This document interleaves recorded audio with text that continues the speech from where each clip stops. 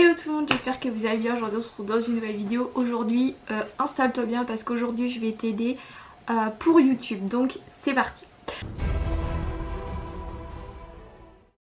Donc aujourd'hui je vous retrouve dans une nouvelle vidéo parce que en fait j'ai remarqué que sur les réseaux sociaux, parce que voilà je regarde un petit peu tout ce qu'il y a sur les réseaux sociaux, Instagram, Snapchat, bref, et tout ce qui s'ensuit, et je vois que beaucoup de personnes, notamment grâce aussi à l'intermédiaire de ma petite soeur, je vois que beaucoup de jeunes, notamment des mineurs en fait, essaient de se lancer sur YouTube et soit n'arrivent pas à convaincre leurs parents, soit ne savent pas ce qu'il faut pour commencer.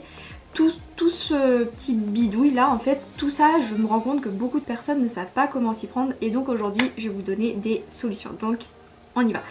Au début c'est comment débuter, et la première chose en fait c'est quand t'es mineur de convaincre tes parents, comment tu peux faire. Donc moi je vous ai noté quelques trucs là-dessus et du coup je vais vous les dire, ça peut peut-être aider certains ou certaines. Donc première chose, tu peux donner une explication de ton envie pour te lancer. En gros, tu expliques pourquoi tu veux faire du YouTube, ça peut faire réfléchir tes parents déjà, de 1. Ils vont se poser des questions, tout ça, ils vont se parler entre eux et peut-être qu'ils vont se dire oui ça peut être intéressant, ça peut être pas mal. Donc premier point. Ensuite, deuxième point, tu peux également dire que d'autres personnes de ton âge font ça. Souvent les parents ils se rendent pas compte, ils disent mais oui mais t'es trop jeune, t'es beaucoup trop jeune, tu peux pas faire ça. Mais quand on se rend compte, plus ça va et plus je trouve que les parents se rendent compte que d'autres enfants du même âge font exactement la même chose et se rendent compte qu'il n'y a pas de souci. Donc ça peut être une bonne cause de dire ça à tes parents aussi. Troisième point, tu peux expliquer le peu de risques qu'il y a sur YouTube. Il y en a, mais il y en a très peu. Après c'est vrai que tu peux subir des critiques, des insultes et tout ça, et donc du coup ça peut te faire baisser moralement et tu peux prendre ça comme du harcèlement. Mais au jour d'aujourd'hui il y a des applications qui existent. Je vois ma soeur Fiona, elle a mis une application qui en fait empêche les mauvais messages d'apparaître. Donc ça peut être une bonne chose et tes parents peuvent se sentir rassurés. Il y a également des limites d'âge pour certaines vidéos, c'est-à-dire qu'il y a des vidéos où tu dois dire que tu as tel âge pour pouvoir y avoir accès. Moi je voyais cet après-midi, il y avait une vidéo, il fallait que je confirme que j'avais bien mon âge. Donc voilà, ça peut également rassurer tes parents. Ensuite, tu peux avoir une cause, c'est-à-dire que tu peux lancer ta chaîne en ayant une bonne cause. Mais par contre, voilà, faut que tu donnes des arguments à tes parents, sinon c'est mort. Genre par exemple, moi je sais que je me suis lancée, c'est pour prouver aux gens, parce que j'ai pas subi du harcèlement mais presque. Au lycée, beaucoup de gens se moquaient de moi parce que j'avais un style différent. Et moi je me suis dit tiens, je vais lancer une chaîne YouTube, je vais prouver aux gens qui se moquaient de moi que je peux faire quelque chose. Et aujourd'hui je suis très fière de moi, je suis arrivée à 241 personnes, je suis vraiment contente. Et aujourd'hui clairement j'emmerde les gens qui se sont foutus de ma gueule. Et ces gens là, mais ils peuvent venir me parler aujourd'hui mais j'en ai rien à foutre. Voilà, je suis contente de ce que j'ai fait, ils peuvent venir me critiquer, j'en ai rien à foutre non plus. Aujourd'hui je leur prouve que moi je peux faire quelque chose et que peut-être je peux réussir dans ce quelque chose. Donc tu vois, ça me lance un truc et moi c'est ma cause pour laquelle je me suis lancée dessus. C'était en gros un défi pour moi-même et me prouver que finalement je suis pas comme les gens pouvaient se moquer de moi en fait quand j'étais au lycée. Donc tu peux avoir ça. Si tu as une maladie, tu peux aussi également en parler, ça peut faire une bonne cause, ça peut aider les gens. Moi je vois, je suis diabétique, des fois j'aime bien faire des vidéos pour aider un peu les gens diabétiques, tu vois, et c'est hyper intéressant. Donc, enfin, moi je trouve ça intéressant, je veux dire, je suis diabétique, des fois je vais voir les vidéos d'autres diabètes et il y a des techniques qui sont vraiment très intéressantes. Tu peux également le cacher à tes parents, mais c'est pas la chose que je te conseille par contre. Voilà, il y aurait que moi je te dirais le fais pas. Mais je suis sûre qu'il y a des personnes qui le font, hein. Il y en a qui doivent cacher ça à leurs parents, qui font du YouTube, hein. Mais bon, après c'est à toi de voir. Comme je te l'ai dit, voilà, tout à l'heure, tu peux prouver quelque chose. Donc prouver que tu fais ça pour toi-même. Si tu as subi un harcèlement et que tu n'as pas vraiment d'amis, voilà, ça peut être une sorte de communication avec d'autres personnes. C'est hyper important de se sociabiliser avec d'autres gens. Donc YouTube peut te permettre de te faire des amis, des connaissances, certes internet, mais un jour tu peux, on sait jamais, les rencontrer et c'est hyper intéressant aussi.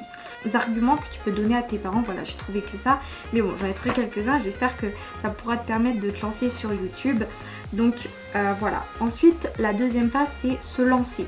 Donc au début moi j'ai mis qu'en gros tu seras stressé, tu seras paniqué, mais il faut pas s'inquiéter, c'est la première vidéo, faut se lancer. C'est comme le boulot. Quand tu vas au travail, bah faut se lancer, faut commencer quelque part, et bah là tu commences pareil, tu commences la première vidéo.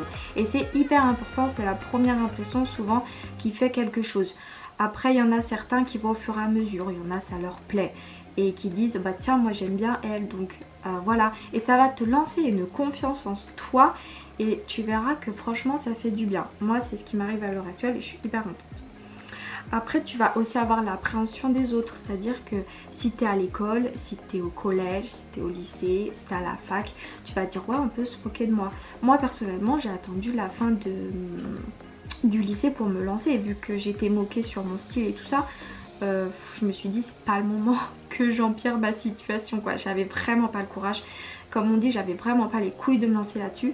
Et après le lycée, du coup, je me suis dit, maintenant j'ai plus personne, j'en ai rien à foutre, du coup, je me lance.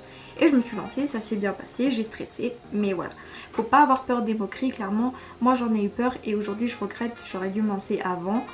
Mais voilà, je suis quand même fière de moi. Je sais que je peux recevoir des moqueries sur Instagram et tout ça, hein, j'en ai déjà reçu, hein, et c'est des gens que je connaissais mais que j'aimais pas non plus. Mais voilà, j'ai supprimé leurs commentaires, leurs méchancetés, je ne voyais pas l'intérêt de me mêler à tout ça. Donc voilà, ces problèmes ont été réglés et ça s'est très bien passé.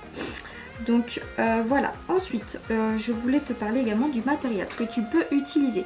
Donc moi au début, bah, comme tout le monde, je me suis servi de mon téléphone, hein. J'ai fait le montage sur iMovie, une application qu'on trouve sur Apple. Donc moi au début la qualité n'était pas excellente, hein. Je vous le dis tout de suite, ça n'a pas été bon tout de suite, hein. Il a fallu du temps avant que déjà je tienne un bon téléphone.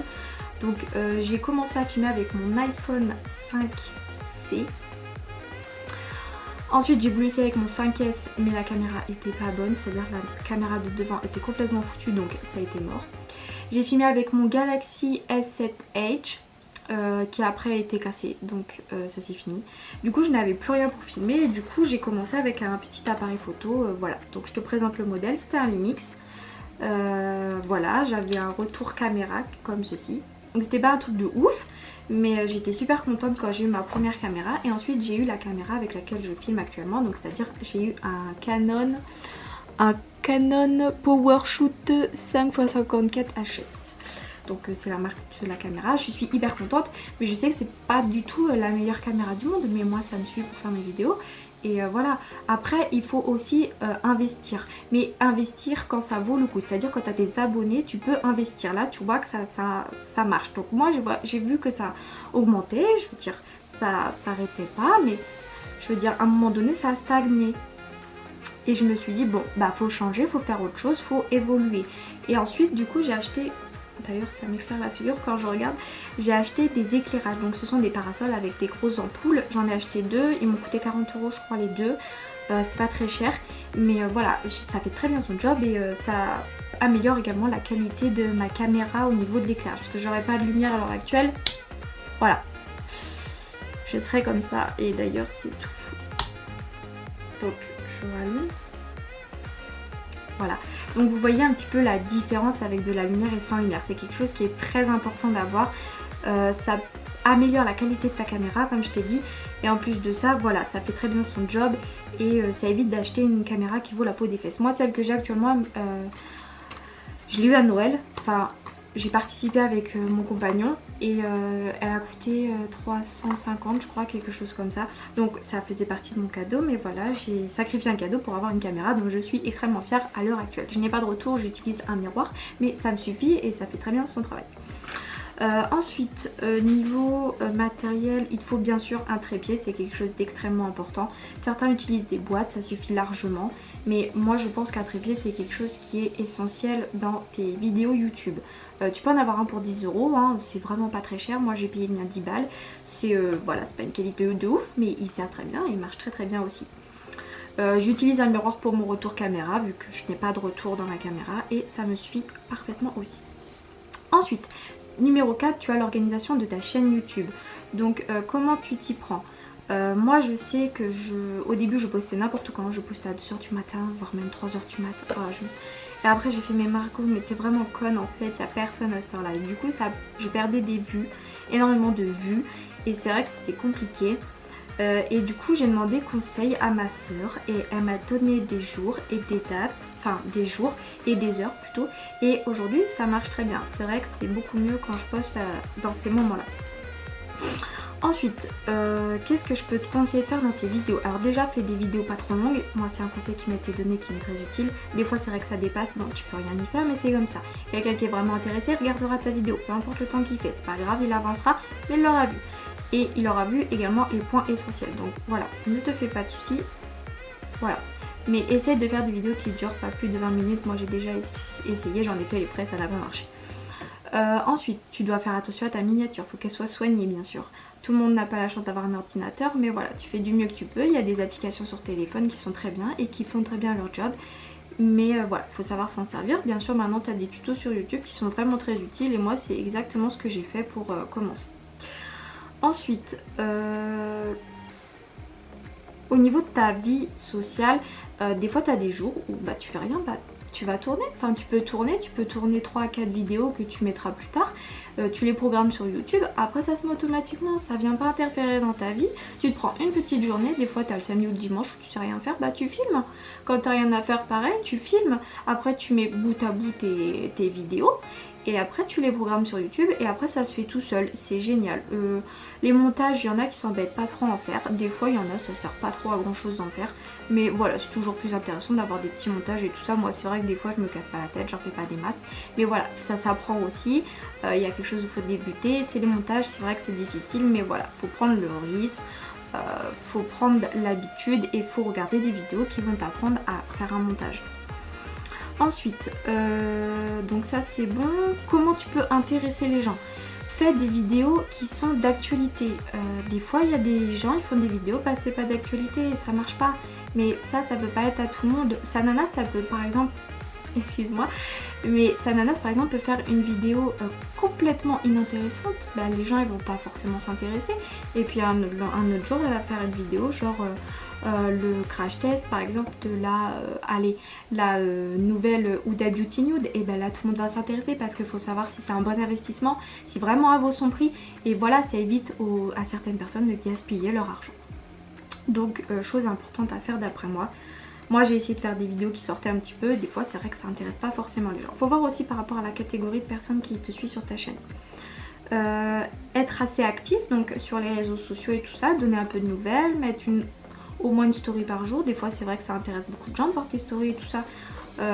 Après voilà, c'est pas une obligation, il y en a très bien qui vont s'intéresser à toi sans que tu mettes des stories par jour, mais moi je te conseille de mettre au moins un petit salut, tu vois, ça montre que tu t'intéresses aux personnes qui te suivent et que tu montres qu'ils ont de l'importance pour toi.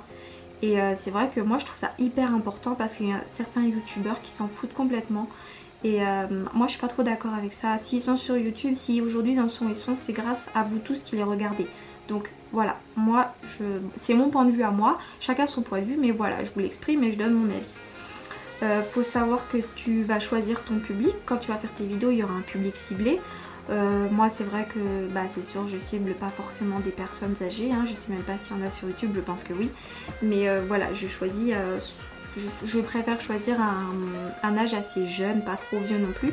Mais voilà, il y a des personnes de 40 ans oui, au moins 40 ans, qui me suivent sur ma chaîne et j'en suis très contente. Je me dis qu'une jeune comme moi peut intéresser des personnes de 40 ans et franchement ça fait plaisir. Mais toi si t'es jeune, forcément t'attires un jeune âge. Je vois ma soeur Fiona, elle attire des gens de son âge. Après c'est vrai qu'elle est mature, donc des personnes de l'âge au-dessus peuvent s'intéresser. Ça compte aussi ta maturité, hein. Ça on va pas se le cacher, c'est hyper important pour certaines personnes. Il y a ton parler également qui va faire le truc. Je vois Gaëlle. Son parler, voilà c'est sa chaîne, c'est sa personne et ça attire énormément de gens, mais voilà c'est son style, c'est sa personne et elle a su faire ce qu'il fallait. Voilà, je crois que c'est tout ce que j'avais à vous dire pour ce truc là. Moi je vais vous montrer un petit peu comment je m'organise du coup, et moi je sais que je suis un cahier tous les jours, enfin tous les jours, ça dépend, des fois j'ai pas forcément le temps de noter, mais en gros je note alors Voilà, ici je note le nombre des vidéos, le nombre de vues, le nombre de likes pour voir un petit peu l'augmentation, l'évolution et tout ça, voir si ça augmente de beaucoup et ça m'aide énormément et moi j'adore suivre mon petit carnet donc faites-vous un petit carnet YouTube déjà, c'est hyper important.